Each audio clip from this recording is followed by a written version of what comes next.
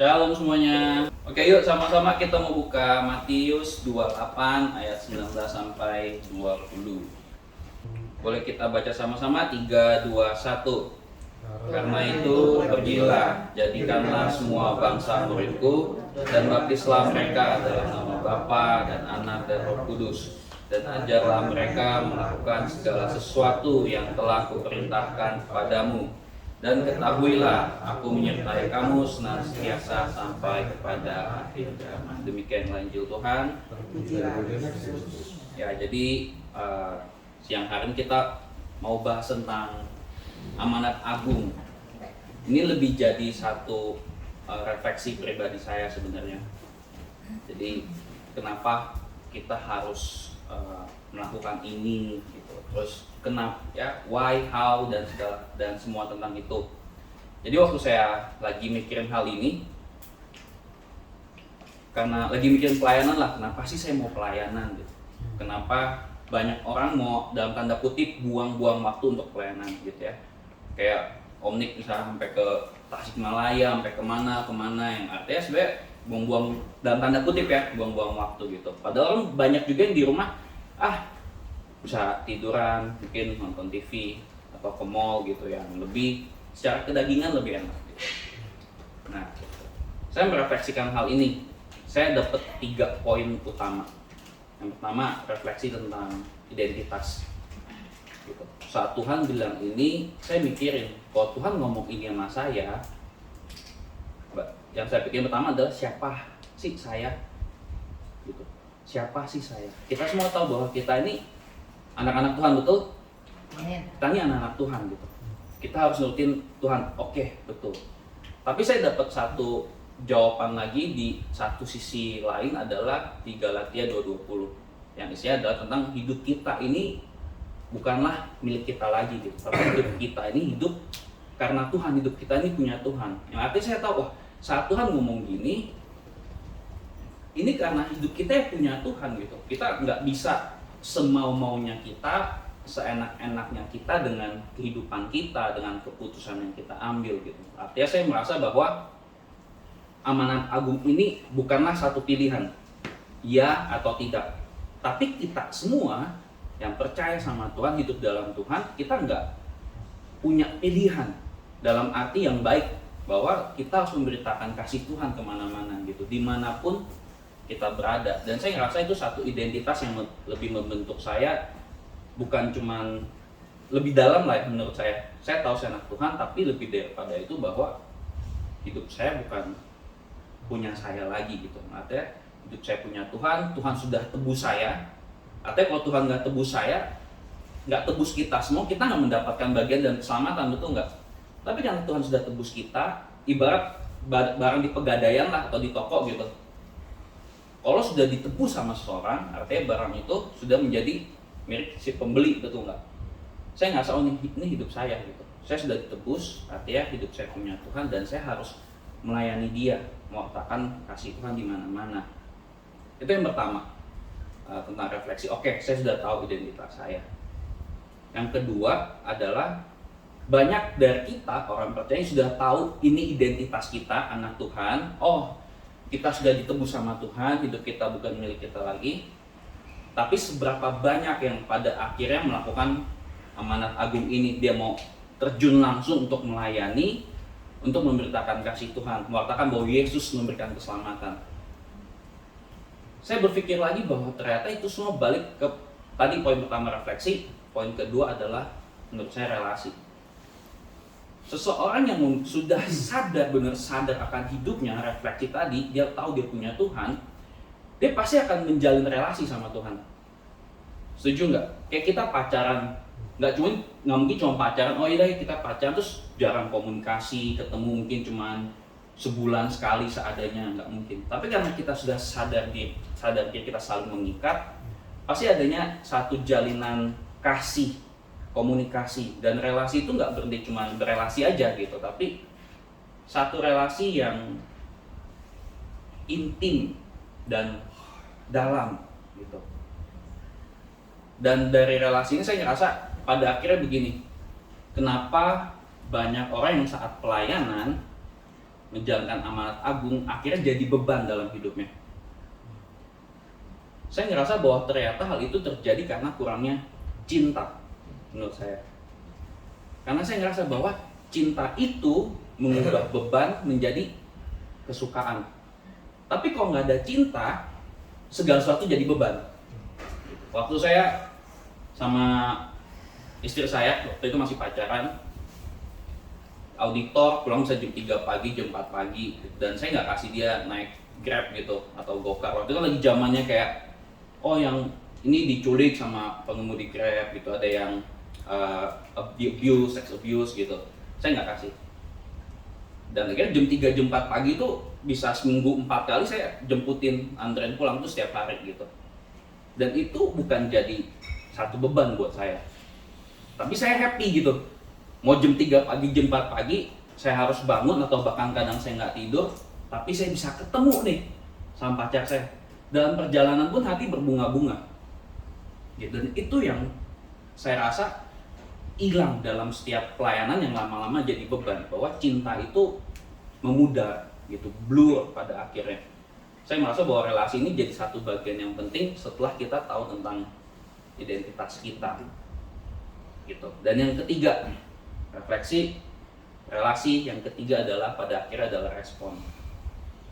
Banyak yang kita sudah tahu semuanya. Ada orang yang, saya punya beberapa teman yang bilang begini sama saya, oh saya bangun setiap jam 3 pagi gitu. Jam 3 pagi bangun, baca Alkitab, doa, setiap hari misa gitu.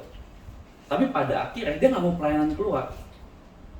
Dia nggak mau memberitakan kasih Tuhan keluar, semua disimpan sendiri. Gitu. Dia punya satu alasan yang saya nggak bisa mengerti alasan itu gitu. Ya udah banyak kok yang melakukan itu ya, yang penting kan hidup kita baik. Padahal Tuhan jelas-jelas bilang bahwa kita harus mewartakan kabar Tuhan, ya kan? Dan itu bukan pilihan, tapi suatu keharusan dan kewajiban. Dan respon inilah yang pada akhirnya menentukan apakah kita mau atau enggak. Respon inilah yang saya ngerasa ini banyak terjadi di awal-awal kita pelayanan.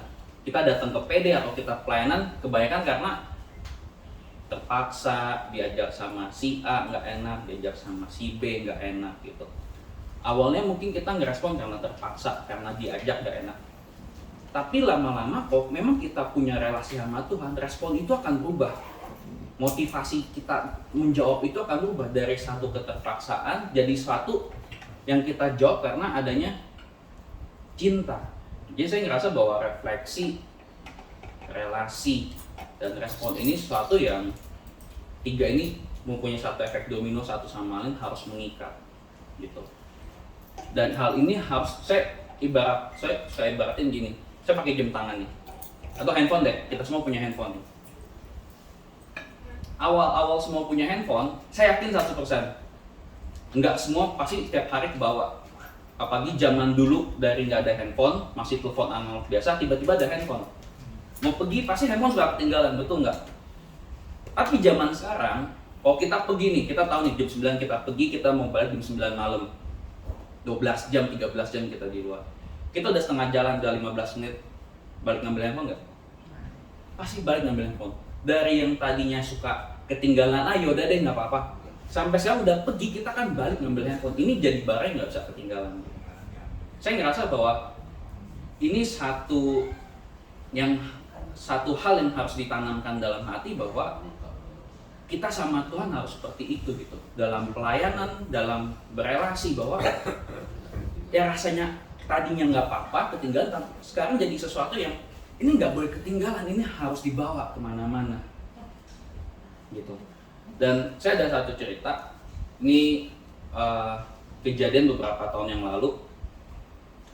Abis Inca, saya belum married, abis Inca bagi-bagi yang wah banyak duit nih gitu ya, wah ke mall gitu ya, udah mikir mau beli ini gitu. Masih awal kuliah, saya ke PV waktu itu, saya inget dompet saya kantongin di belakang.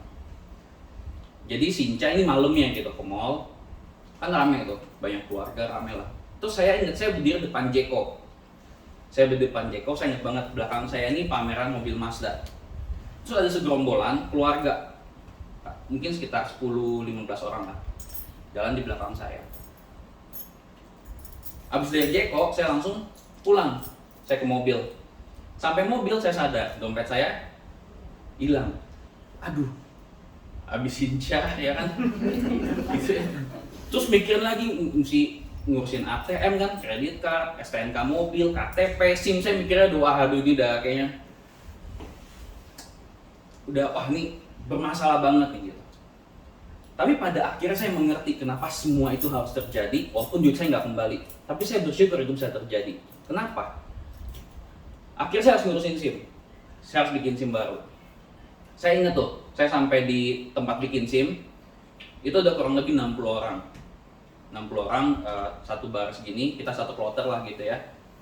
Dan saya ini ketinggalan sama 3 orang di belakang. Saya sama satu seumuran saya, satu lagi udah punya anak. Gitu. Kita ketinggalan, kemana nih, sama-sama nggak tahu mau kemana, nyasar karena ketinggalan. Akhirnya kita duduk ngobrol gitu. Dan justru saya tergelitik gitu bahwa saya nggak kenal mereka, tapi saya harus memberitakan Tuhan untuk mereka gitu. Dan pada saat ngobrol sama mereka, ternyata dua-duanya Katolik, dua-duanya dari Pluit, Stella Maris gitu. Wah ini saya ngerasa lagi, ini udah rencana Tuhan, ini nggak mungkin kebetulan gitu. Tuhan udah buka jalan, saya harus eksekusi, saya harus responin ini gitu. Akhirnya saya berani ngomong. Awal saya pancing kayak, gereja Stella Maris, setiap minggu ke gereja nggak, ada ikut komunitas lain nggak, segala macam. Akhirnya saya dalamin, saya beritakan tentang Tuhan dari mereka yang cuman kadang gereja, kadang enggak, sampai akhirnya satu sempat jadi tim PD. Yang satu itu sekarang udah pergi keluar negeri, tapi sebelum dia keluar negeri pun dia sudah ikut PD juga, dia mendalami komunitas lah gitu. Dia nggak cuman yang jadi umat datang doang, tapi dia sampai jadi tim juga, walaupun bukan di tim PD di Pluit gitu. Dan saya ngerti, abis saya ngeliat itu kayak, duit saya hilang ya, nggak masalah gitu. Ternyata saya bisa mewartakan hal ini gitu. Dan tanpa kita sadari, setelah berjalannya waktu, ternyata Tuhan menggantikan duit yang hilang itu dengan cara yang ajaib lah. Dengan menurut saya nominal yang lebih Tuhan tambahkan buat saya gitu. Pada akhirnya saya nggak kehilangan apapun, tetapi saya bisa membawa 2 orang ini untuk lebih mengenal Tuhan. Dan ada satu lagi, ini baru bulan lalu saya sempat cerita sama Tante Edith. Saya lagi makan di rumah, saya diketok, tok gitu. Saya lagi makan, saya keluar. Ada 2 orang, satu om-om, satu anak SMA atau awal kuliah gitu. Oh ya, ada apa kok? Saya tanya. Dia bawa satu pamflet, tulisannya menuju hidup bahagia. Terus ada Alkitabnya, ada Alkitab gitu. Oh kita mau kasih ini. Saya udah feeling nih, biasa model begini nih, Saksi Yehova. Saya tanya dari gereja mana? Oh Saksi Yehova. Terus saya bilang, sore Pak saya nggak ikut. Oh iya oke, saya tolak ya Pak. Maaf ya, saya bilang. Oh iya nggak apa-apa. Terus mereka pergi, saya tutup pintu, saya balik. Sepanjang saya balik, Tuhan tuh ngomong dalam hati saya sesuatu yang menggelitik dan bikin perasaan saya tuh nggak enak. Wartakan firman. Sambil makan, saya makan jadi nggak ketelan gitu. Wartakan firman. Akhirnya saya bilang sama Tuhan gini dalam doa saya, Tuhan, kalau mereka masih di depan, itu udah kurang lebih 3-5 menit. Tuhan, kalau mereka masih di depan, saya wartakan firman. Pas saya ke depan, saya buka pintu, mereka ada di 3-4 rumah sebelah saya. Akhirnya saya panggil, kok saya teriak, dia datang penuh dengan senyum. Mungkin dalam hati mereka, wah kena nih gitu. Akhirnya mereka ngomong segala macam. Mereka bilang lah Yesus bukan Tuhan dan lain sebagainya macamnya. Terus saya ngomong begini, tapi menurut saya bilang sama mereka bahwa saya ini pernah mendalami Saksi Yehova. Karena saya punya teman beberapa Saksi Yehova dan kita sempat diskusi juga. Saya bilang sama mereka bahwa justru semakin saya mendapat pengetahuan tentang mereka, saya malah semakin percaya bahwa Yesus adalah Tuhan. Saya bilang begitu sama mereka. Akhirnya saya mendalami satu trik bahwa saya nggak kasih mereka ngomong. Tapi saya ngomong gitu.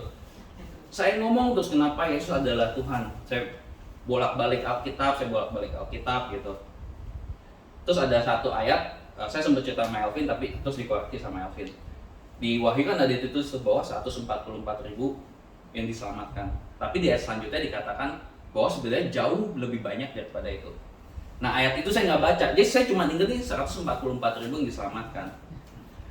Terus saya ngomong sama mereka, oke, Pak, kalau Bapak, mereka bilang mereka tuh ngambil Alkitab pengertiannya itu secara literal gitu, harafiah. Oke Pak, kalau 144.000 diselamatkan menurut Bapak, kita tahu bahwa 144.000 itu adalah terbagi atas 12 suku Israel, masing-masing 12.000. Betul nggak Pak? Oh iya betul. Pak, berarti Bapak nggak mendapat bagian dalam keselamatan. Saya bilang gitu, dia kaget. Dia jawabin saya gini, oh ya ini kita diskusi, bagus ya. Terus saya coba counter terus gitu, oh ya ini kita diskusi, bagus ya. Saya usahakan nggak kasih mereka ngomong, terus saya ngomong gini. Karena mereka udah nggak usah jawab saya bilang, Pak, tadi prinsip saya gini, oke, saya wartakan firman, tapi saya nggak mau kasih identitas diri saya ke mereka. Nama, nomor handphone, saya nggak mau. Karena saya nggak mau dihubungin. Tapi abis saya mewartakan, Tuhan ngomong sama saya. Dalam lagi warta, Tuhan bilang, kasih nomor handphone gitu. Akhirnya saya ngomong, saya nanya nomor handphone kamu berapa gitu. Akhirnya dia nanya baik nomor handphone saya berapa gitu. Dan saya di endingnya, akhirnya mereka yang bilang, oke, dia bilang sama saya, oke Pak, kita udah harus pergi. Mereka akhirnya mau pergi duluan.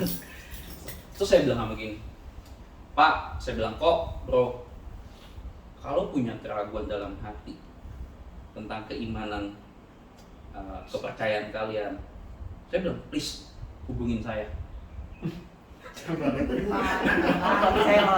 Saya bilang, please hubungin saya, gitu. Kita mau diskusi mau apa, please hubungin saya terbuka. Di situ saya ngerasa bahwa saya mikirin bahwa kalau saya nggak merespon nih Tuhan dan saya lanjut makan, hal itu mungkin nggak terjadi dan hal itu mungkin nggak mengganggu hati mereka gitu. Walaupun sampai sekarang belum ada kelanjutan, tapi at least saya merasa bahwa apa yang saya sampaikan itu mengganggu hati mereka gitu. Dan saya berencana dalam waktu dekat saya mau follow up. Hai, apa kabar? Gitu. Ada retret. Kita punya retret nih, mau ikut? Tapi udah kawin bro, gimana? Anaknya belum. Mana ya, usahain ya. Jadi saya merasa bahwa satu, identitas, kedua, relasi. Yang artinya apa? Saat kalau saya nggak punya relasi sama Tuhan, saya nggak baca Alkitab, saya ketemu mereka saya dibantai rasanya.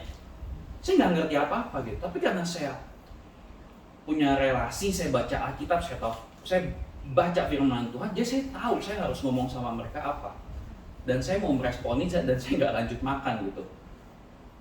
Dan saya rasa jadi bahwa tiga hal ini refleksi tentang identitas kita siapa, relasi kita, dan bagaimana kita meresponi panggilan Tuhan itu menjadi tiga poin yang penting dalam kita menjalankan amanat agung Tuhan.